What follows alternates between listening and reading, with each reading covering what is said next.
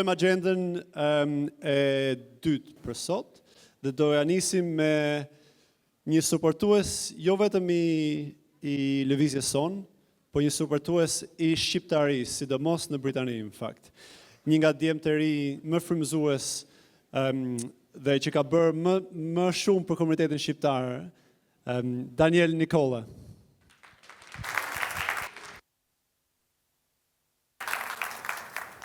Një, dy, okay. Përshëndetje të gjithëve, unë quhem Daniel Nikola, jam drejtues i kompanisë Merx Marketing, po në fakt unë nuk jam për të folë vetëm për kompaninë time, por më shumë për disa pika tjera, ne jemi kompani shumë inovatore, përdorim letrën akoma. Unë si fillim doja të përmendja disa nga kompanitë që janë këtu, sipas regjistrimit që kam marrë tek databaza që ma ka dhënë Hudi, edhe këtë doja ndërkohë që unë i përmend emrat e këtyre kompanive që kam këtu dhe disa tjerë që mund t'i njohin audiencë, do doja shumë nga çdo kush që t'i jepi një duardrokitje për t'i suportuar edhe më tej ato që i quajmë entrepreneurs, businessmen shqiptar, lider komunitetit, çado që t'i quajmë. Sepse realisht e meritojnë suportin për t'i ndihmuar që të rriten edhe më tej në biznes, se duke u rrit çdo kush prej nesh do rritet dhe komuniteti. Atëherë ndjes edhe herë se nuk e kam listën e plot, por ato që janë këtu do t'i përmend, duke marrë duardrokitjet nga ju. Atëherë fillojmë. Global Foundries, EWD, PwC, Groupwork, Zbogoja, My Usta, Taga Real Estate, Another Story, që po bën ca video të bukura, Talk, Scottish Business Network, Laura Shimili Mears Photography, Karma Wood, M97, JNF Interiors, TNK Construction, Shkolla Iliria, Growth Technologies Limited, Vodafone Zigo, Yuri London, The Garden, JL Contractors, Mola Construction, 2AX Invest, Kineton, keep it going, SD Law Firm, Westkin, VIP, Hyphen Architects, Pompey Building Solution, New Impact Coaching, Flum Construction, Flory Construction, edhe shumë kompani tjera si Novo Dental, yes, List for Free, and everyone else. I don't have everyone here, sorry. Okay. Ariona, sorry, I can't remember everyone. Okay, atëherë, si fillim doja të filloja, unë kam 13 vite që jetoj në Angli, e sigurisht kemi marrë gjithë çik nga ky veni ku jetojmë, dhe ajo gjëja që më duket shumë e rëndësishme, siç e pam edhe nga Russell që foli më herët, është qetësia që kanë këta British kur flasin. Domethënë, ne shqiptarët jemi shumë të nxitum, duam i thënë gjitha, lëvizim këtu në skenë, çfarë bëjmë, sepse kemi shumë gjëra për të thënë, por do mundohem që në këto gjëra që do bëj tani, modestisht, normal, se është learning in progress për këdo, ti shpalos disa prej tyre. Atëherë, si fillim, sot këtu ka biznesmen që janë shumë herë më të hershëm në biznesin shqiptar o britanik, siç ka dhe shumë të rinj, edhe disa nga gjërat që do them mund të ngjajnë shumë bazike për disa prej jush, por mund të jenë shumë të mira për vullnetarët që janë këtu apo këdo tjetër. Edhe kur flas për vullnetarët, doja që të përmendja Elif, që është vullnetarja më e vogël këtu, është vetëm 9 vjeç sot. Elif është një vajzë e re shqiptare që jeton në Brighton, bashkë me tjatin e saj, një mik timin, Alban Rexhën, edhe luan table tennis, edhe kanë marrë edhe trofet ndryshëm, duke përfaqësuar edhe qytetin e Brightonit në nivele kombëtare në Britaninë të Madhe. Atëherë, kur flasim për young entrepreneurs, siç është edhe vetja ime, shumë shpesh fokusohemi për të shërbyer klientëve tanë, fokusohemi për të mësuar disa gjëra të reja, por harrojmë marketingun, ajo që për cilën është pika ime më e fortë edhe për cilën duhet që ndaj disa gjëra. Unë personalisht e kam përdorur marketingun që në ditën time të parë në Britaninë të Madhe, kur isha një student 20 vjeçar që edhe konfidencën me fol anglisht nuk e kisha. Vetëm pas 12-13 muajsh garova në ato student unions që ne kishim te kolegji jon, ishin 15.000 studentë. U futa për të futë si çdo shqiptar, edhe fitova, dhe mbajmën që 2-3 takimet e para të kolegjit, të Student Union, nuk i drejtoja. I thoja member of staff, të lutem drejtojti se kam konfidencën. Jo se nuk e kisha, por doja që deri diku të mësoja disa gjëra më shumë. Te takimi tret, pastaj u bë siç e bëjmë ne shqiptarët, dhe drejtojmë vetë. Dhe gjithashtu, kolegji që ku unë isha, City and Islington College, si pjesë e Unionit Studentëve, ulesh edhe në bordin e kolegjit, ku ulen kryebashkiak, lider biznesi, etj. Edhe t'jep një hapësirë shumë të mirë. Dhe pyetja parë që ata më bën ishte, nga je Daniel, i them unë nga Shqipëria, dhe më pyet dikush që ishte me origjinë Irish, më thot, do you speak Greek? Edhe unë direkt normal mora flag, i them unë, do Greek people speak Albanian? Edhe kuptoja i që por me kalimin e kohës e kuptoja që realisht duhet që të kemi mendje më të hapur edhe të bashkëpunojmë edhe të kemi mirë kuptim sa më të madh për çdo gjë që na afrohet. Edhe kjo është ajo që kam bërë që atë ditë me Unionin e Studentëve arritëm të ishim të dytët në Britani, duke mundur edhe disa nga të paktën për fushatat që bënim si student, duke mundur me Cambridge, Oxford dhe çdo gjë tjetër. Dhe më pas ajo që është më e rëndësishme për më të rinjt këtu në sallë, që mund të jenë edhe me viza studentore, mund të jenë hapat e para të entrepreneurship apo të punës, antari i bordit i kolegjit ku unë ulesha, pasi kishte parë një lloj rrugtimi në LinkedIn, që është një gjë tjetër për çdo që duhet ta ketë, për ato që se kanë duhet ta bëjnë patjetër. Unë shkruajta diçka aty që e përmendi edhe Russell më herët, që tha unë fola me Hudin, Hudi donte të krijonte këtë gjë dhe ja ku është sot. Unë bëra një status shumë të shkurtër në LinkedIn, po kërkoj një eksperiencë pune, janë vit në fundit studimeve, can someone help, I don't want to work in a restaurant anymore. Dhe më çoi mesazh, më tha, hi Daniel, David, I don't know if you remember me, ai më kujtonte mua unë atë, edhe më tha me shumë modesti, I'm chairman i kësaj kompanisë në City, that's where I got experience në part punës. Nga aty më pas, mora vizën e punës e çdo gjë tjetër. Kur mora vizën e punës, lëviza në një qytet shumë të vogël në Midlands, që janë disa këtu që jetojnë atje, pra në zonën Birmingham, Nottingham, Derby, zonë fantastike për të rritë profesionalisht, individualisht. Isha drejtuesi i departamentit marketingut për një periudhë 4-5 vjeçare, dhe gjithashtu drejtoja, edhe pse Çevati doli tani, por e përmendëm çfarë, nuk ka problem. Folëm për rrjetin profesional të trinjve shqiptar që mund të jetë pjesë e dhomës tregtisë shqiptare britanike, shqiptare kosovare, etj. Dhomat e tregtisë kudo në Britani, që kanë një zë shumë të madh në biznes, siç edhe ju kushdo e din që është i përfshirë me ta, kanë divizionet e trinjve. Dhe unë drejtoja, isha si me thënë chairman of the board i East Midlands Chamber of Commerce, edhe ishte sërish një experience fantastike, ku ti shkoje si një shqiptar, drejtoje një biznes, më mundësit që ka çdo shqiptar. You go there, you drive, you stop, everyone's driving, me kështu me Range Rover, me çdo gjë tjetër, dhe nuk e them këtë për nga makina, po e them nga ku vim ne si të rinj shqiptar në Britani të Madhe, ku vjen çdo kush tjetër dhe ku mund të shkojmë ne. Dhe ky i riu shqiptar, shumë modestisht sërish, drejtonte këtë board. Po kjo erdhi e gjitha si pjesë e kjo pauzë që bëra tani, dhe ja u tregoj pas pak. Kjo vjen e gjitha si pjesë atij vullneti shumë të madh që ne kemi. Dhe në momentin që kemi një opsion shumë të mirë për ta shprehur atë profesionalizmin ton në botën e biznesit, ne e bëjmë. Prandaj do inkurajoja çdo drejtues biznesi që është këtu dhe biznese tjera që po rriten, qofshim edhe ne nëse arrim në atë pikë, të kenë mundësi që të punësojnë edhe të rinj shqiptar që duhen vizat e punës, sepse talenti është shumë i madh, dëshira është shumë e madhe për të qëndruar në Angli. Por mundësit sigurisht janë të vogla, sepse jo çdo kompani mund ta japi besimin e plot. Por ajo që me personat që njoh, besimi që është dhënë atyre të rinjve në viza pune, apo në mundësi tjera, qofshin këto edhe internship, edhe çdo gjë tjetër, ajo që kanë marrë pas ka qenë shumë herë më e madhe se kushdo tjetër që ata mund të kenë marrë, sepse sigurisht dim se nga vim dhe e dim se kur duam të shkojmë dhe e vlerësojmë shumë atë që na japin. E njëjta gjë edhe për të rinj duhet që ajo që na jepet të jetë të vlerësohet shumë. Do kaloja më pas te personal branding. Unë kam përdorur personal branding shumë, siç përmenda edhe disa nga hapat, qoftë kjo postimet në rrjetet sociale, qoftë kjo postime në rrjetet profesionale si LinkedIn-i, qoftë kjo videot e ndryshme, etj. Është një statistikë që e kam lexuar përpara disa vitesh, sidomos tani pas Covid është shumë e rëndësishme.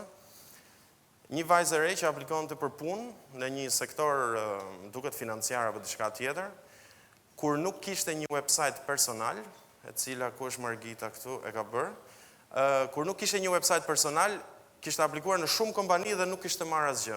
Në momentin që e krijoi dhe një website, dhe kur shkoi tek intervista i tha, unë jam shumë e dhënë pas kësaj fushë, etj. Unë kam shkruar për këto tema, ato tema, i kishte konsideruar në rang blogjesh. pati nga 10 aplikime, pati 70% sukses, nga 0 sukses. Kështu që unë dhe rekomendoja kujdo që në fillim të çdo viti, të ulet dhe të bëj një përllogaritje me veten, kur vjen puna tek ajo që quhet si dhe pse, why and how, po si dhe pse. Atëherë, unë kam bërë këto ushtrim me veten time dhe do janë kur çdo kujt që ta bën. Sia, pseja më e rëndësishme janë vlerat tona, ato që na përfaqësojnë. Dhe bëra një listë me 10 gjëra që mendoja unë që ishin vlerat e mia. Dhe aty pash që për shembull në këto 10 gjëra, 3 nga ato ishin të rinjt në Britani, profesionistët shqiptar të rinj, dhe mund të ishte diçka tjetër komunitare, apo mund të ishte diçka tjetër e dhomave tregtisë, apo ajo që po bën Hudi dhe ekipi i tij sot. Dhe ato i kategorizova në një gjë. Pra thash, okay, këto 3 gjëra janë e njëjta gjë dhe kjo është vlera numër 1. Kështu nxorra një numër tjetër vlerash, 4. Dhe kur shkova pash gjithë postimet që unë kisha bërë në Instagram e në rrjetet të ndryshme të tjera, zbulova që në fakt këto vlerat e mia ishin ato që përçoheshin në çdo postim. Pra asgjë nuk ishte përtej të rinjve në biznes apo të rinjve në përgjithësi, komunitetit, marketingut, sportit, më shumë të futbollit, po vrapime këto gjëra. Çdo gjë ishte në këtë, nuk ishte asgjë tjetër që nuk ishte aty. Dhe këtë gjë kam vënë re edhe në biznes. Nëse kam punuar me një kompani në cilën nuk i ndant njëjtat vlera me mua, ose fushata nuk ka funksionuar, ose marrëdhënia nuk ka qenë shumë e gjatë, ose shumë gjëra tjera. Dhe mundohem që këtë ta zbatoj. Tani kjo është ajo pseja. Kurse sia, siç e thot Simon Sinek, që e diskutuam me Besin dje, është fillimi dhe mbarimi i rrugtimit. Për shembull, nga janari deri në dhjetor ne kemi vlera të cilat i zbatojmë për të rritur dhe sia është edhe në fillim se si do ta arrijmë, edhe në fund se si arritëm. Pra nëse dikush e bën këtë ushtrim, nëse keni bërë një herë, do ja rekomandoja. Në vitin 2021 po bënim trajnime të leadership and management të kompania ku ishim, sepse po rriteshin dhe donin që më shumë të rinj të bëheshin lider deri diku apo të mësonin rreth saj. Dhe na bën një pyetje personi që po na trajtonte. Tha, cili është aseti më i madh në kompaninë tuaj? U përmend pak më herët, por duhet ta them sërish. Dhe unë thash printerat, se ishim kompani printimi, printera shumë të shtrenjtë, direct printerat. Dikush tjetër tha klientët. Dikush që ishte i çik më afër me pronarin e kishte shumë qef, tha pronari se pagun rrogat. Edhe na tha e gjithëve ja keni fut kot. Ajo që është vlera më e madhe e kompanisë tuaj është njeriu, është human. Dhe sigurisht në biznes bëjmë gabime, bëjmë gjëra të mira, ecim, luftojmë me çdo gjë tjetër, por ajo që është shumë kryesore është njeriu. Çdo kush prej nesh që bën social media, marketing, construction, real estate, çdo gjë që bëjmë në Britani të Madhe, po nuk që njeriu, asgjë nuk ekziston. Sa do të shtrenjtat jenë pajisjet, apo klientët, apo kushdo gjë tjetër. Edhe klienti funditësh është njeriu. Public speaking. Kam qenë në një seminar ku dikush, mlasi që jam unë këtu sot, që mbase s'po e bëj tamam siç më ka mësuar ai, na tha, Dilço, 15 minuta folja dhe do të bëj një assessment. Okay. Edhe u çova folja me atë se si mendoja unë që duhet ta bëja dhe më pas më dha një përllogaritje. Dhe doja thjesht më t'regu disa teknika që ai na i dha neve, mbase disa për jush mund t'i dini. Atëherë ai na mësoi se si të ecim në stage, në sken që Russell e bënte shumë mirë sërish, dhe ky trahapshi këtu ishte shumë i mirë. Edhe shifte Albani, fokusohu, edhe mbaronte, edhe ti krijon një lidhje me personin që po i flet. Më pas, avash me 3 hapat e tjera shkonte në qendër të skenës dhe pak më vonë, jo direkt siç e bëra unë tani, shkonte në krahun e majt dhe shifte te pjesa tjetër për të krijuar lidhje edhe me ta. Kjo u mendova që ishte gjë shumë e mirë se shumica e njerëzve në skenë janë kështu duke kërcy kur e bëjnë vetëm, kurse sigurisht kur është ulur është pak më ndryshe. Gjëja tjetër që ishte shumë e bukur që na mësoi është lëvizja e duarve. Për shembull me duart nëse lëvizim vetëm dorën e djathtë, kemi lart për treguar që diçka po shkon shumë lart ose po shtym, siç jemi në shqiptarët. Por që diçka nuk po funksionon ose me qetësi ose relax ose gjëra tjera. Dhe kemi shenjën pasaj që e bën këtu dhe thua që po e kam dorë diçka dhe du ta arri, ose a e sheh ku e ke, dhe ke edhe shenjë tjetër. Njëjtën gjë edhe me dorën e majtë. Por krahu majtë i trupit është më shumë krahu kreativ, të paktën në mënyrën se si më na e ka shpjeguar, dhe emocional, kurse krahu djathtë më më i fokusuar te ana racionale. Dhe gjithashtu ke edhe dy duart, për shembull kur e ngren diçka, kur shkon nga këtu lart, nga këtu poshtë deri këtu lart, edhe shumë shenja tjera. Dhe nëse i bëni këto vet, edhe si ushtrime, do e kuptoni që në fakt është diçka që kur flet në publik të paktën është diçka që t'jep avantazh shumë të madh në të folurin. Kur të kem 5 minuta më thuaj.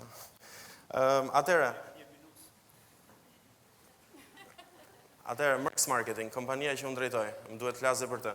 Ne sot kemi mundësuar, ose fakti pse jemi partnerë dhe vlerësoj shumë që na keni dhënë mundësinë Hudi dhe gjithë ekipi, këto signage, sigurisht në partnership me Allsea, që është distributor, ne jemi distributor për ta për një zonë caktuar. Ne bëjmë shërbime ndryshme marketingu, si strategjia marketingut, dhe më pas punojmë me CEO-t edhe me founders për ta zhvilluar atë strategji, punojmë dhe me ekipet e ndryshme të brendshme. Duke mësuar, sigurisht, zhvillojmë kontentin në rrjete sociale, zhvillojmë strategji të rriturit të brandit personal për personat që ne mendojmë kompani që mund t'i sjellin më shumë efektivitet kompanisë kur ato rriten si profil. Punojmë me ekipe si Eagles Land FC për t'i ndihmuar për të rritur ekipin e tyre të vetëm shqiptar profesional në Britani të Madhe, që do flitet pak më vonë.